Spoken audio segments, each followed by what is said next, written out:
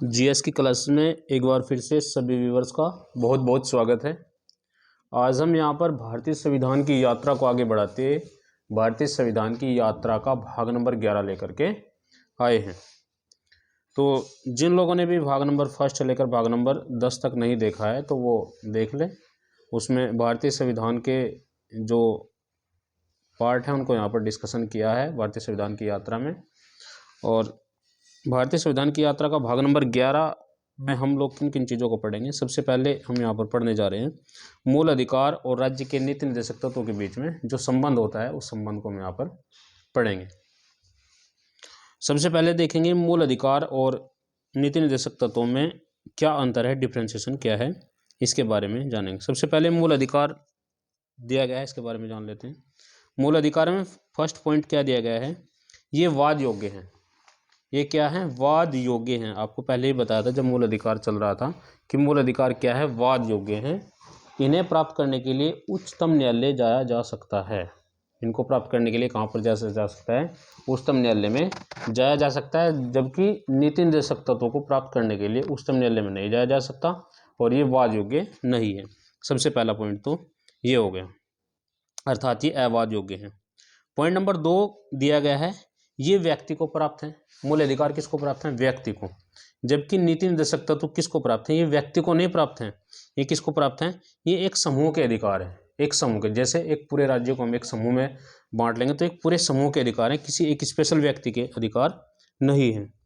Point number 3 क्या कहा गया है, ये राज्य के विरुद्ध प्राप्त है। किसके विरुद्ध प्राप्त है, ये राज्य के विरुद्ध प्राप्त है। किसको, व्यक्ति को प्राप्त है। किसके विरुद्ध, राज्य के विरुद्ध। कौन, मूल अधिकार।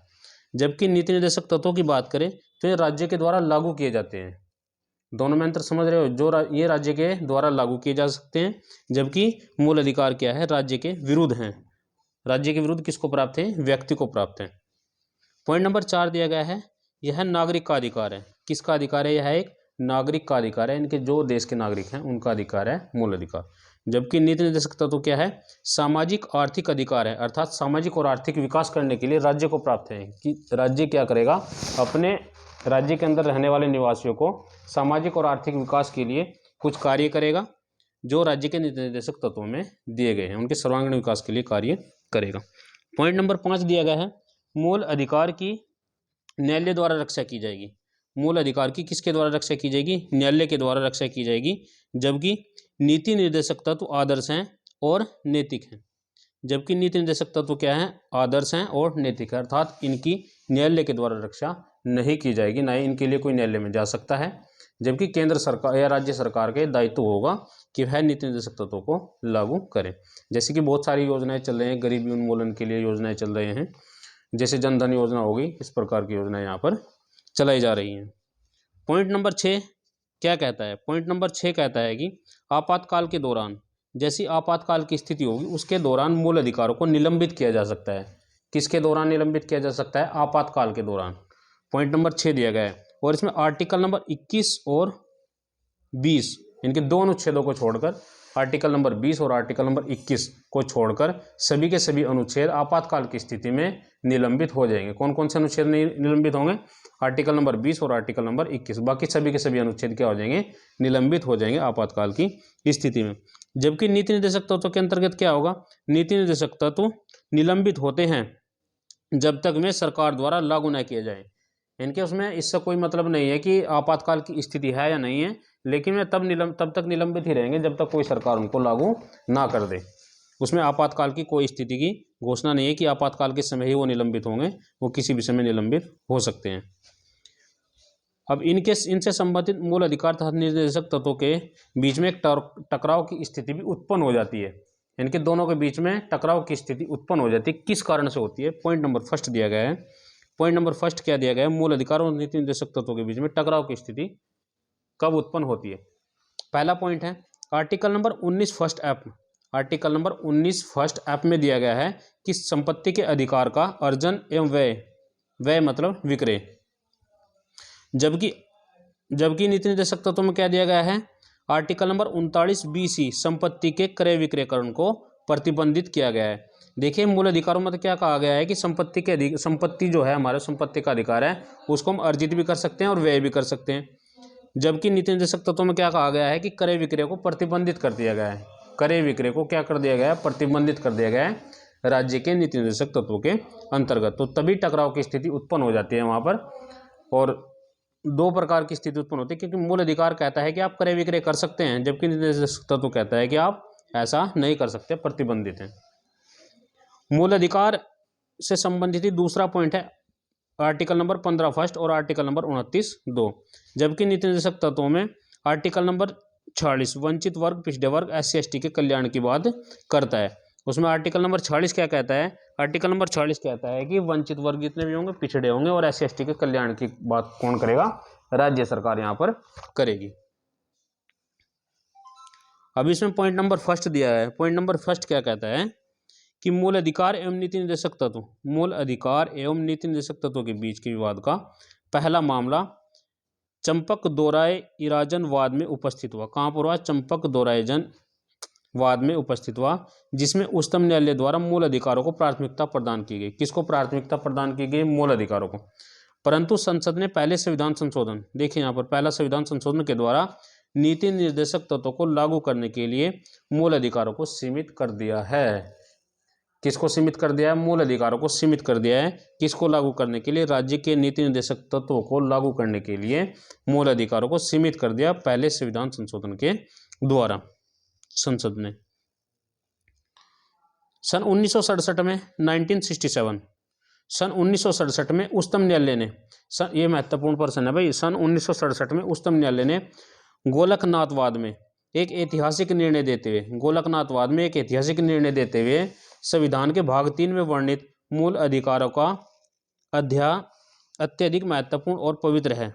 मूल अधिकारों का अध्ययन किया और कहा कि यह अत्यंत महत्वपूर्ण और पवित्र है, जिसे संविधान संशोधन द्वारा भी छीना नहीं जा सकता। जिसे किसके द्वारा नहीं छीना जा सकता है? संविधान संशोधन के द्वारा छीना नहीं जा सकता। तो प्रश्न कैसे पूछा जा सकता है कि किस वाद में कहा गया है कि मूल अधिकारों को संविधान संशोधन के द्वारा नहीं छीना जा सकता? तो किस वाद में कहा? गोलकनाथवाद में कहा, सन 1967 ईस्वी में। अगला पॉइंट जो दिया गया है, अगले पॉइंट में गोलकनाथ के प्रभाव को समाप्त करने के लिए पहली बार 25वें संविधान संशोधन के माध्यम से, देखिए गोलकनाथ का जो प्रभाव था उसको समाप्त करने के लिए पहली बार 25वें संविधान संशोधन के माध्यम से 3 मूल अधिकार आर्टिकल नंबर 14, आर्टिकल नंबर 19 और आर्टिकल नंबर 31 से नीति निर्देशक तत्व आर्टिकल नंबर 39 BC को ज़्यादा महत्वपूर्ण माना गया। कब माना गया? 25वें संविधान संशोधन के द्वारा, जहाँ भी आर्टिकल नंबर 14, आर्टिकल नंबर 19 और आर्टिकल नंबर 31 से ज़्यादा महत्वपूर्ण क्यों माना गया है? आर्टिकल नंबर 39 BC को ज़्यादा मान्यता दी गई है। कौन से संविधान संशोधन के द्वारा? 25वें संविधान संशोधन के द्वारा।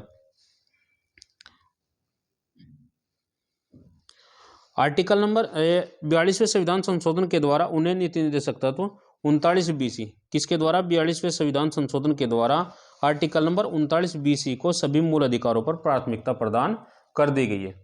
कौन से संविधान संशोधन के द्वारा? 42वें संविधान संशोधन के द्वारा 39 BC को सारे जितने भी मूल अधिकार हैं सभी पर प्राथमिकता प्रदान कर दी गई। यानी कि जहाँ भी 39 BC होगा और मूल अधिकारों के बीच में टकराव की स्थिति उत्पन्न होगी तो वहाँ पर 39 BC को ही ज़्यादा वरीयता दी जाएगी। यह किसने कहा? उच्चतम न्यायालय ने कहा है। 42वें संविधान संशोधन के द्वारा इसको पारित कर दिया गया है। सन 1980 में मिनर्वा मिल केस आया था, ये भी महत्वपूर्ण केस है। सन 1980 में मिनर्वा मिल केस में उच्चतम न्यायालय ने 42वें संविधान संशोधन को असंवैधानिक घोषित कर दिया।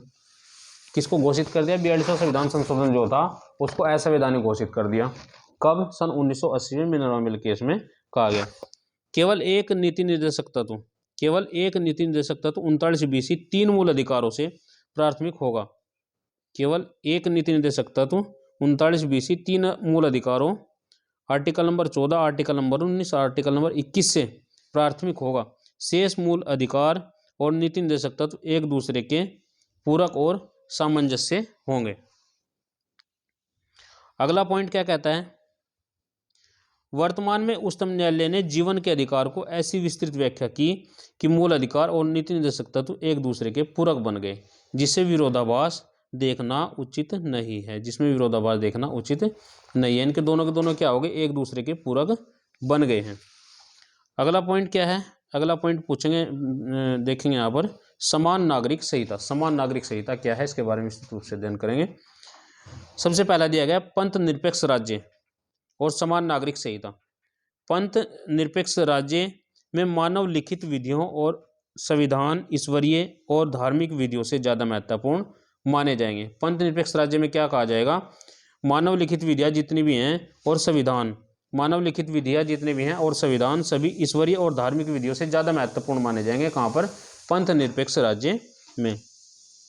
संविधान में विधि के समक्ष समानता का उल्लेख किया गया है। संविधान में विधि के समक्ष समानता का उल्लेख किया गया है, अर्थात विधि मतलब कानून के समक्ष समानता का उल्लेख किया गया है। किसी के साथ में कोई भेदभाव नहीं किया जाएगा कि वह अमीर है या गरीब है, वह किसी जाति से भी कोई संबंध रखता है या किसी भी प्रकार से उससे कोई भेदभाव नहीं किया जाएगा। विधि के सामने सभी समान है,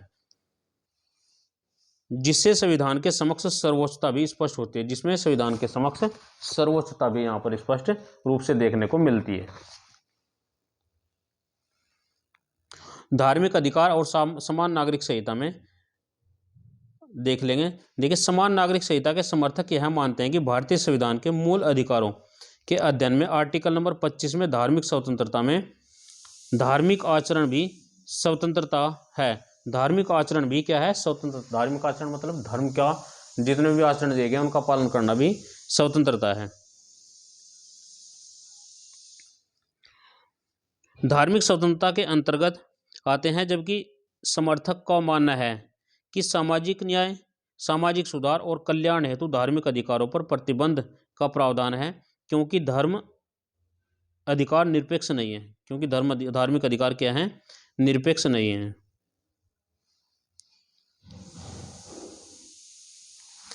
महिला सशक्तिकरण एवं समान नागरिक संहिता।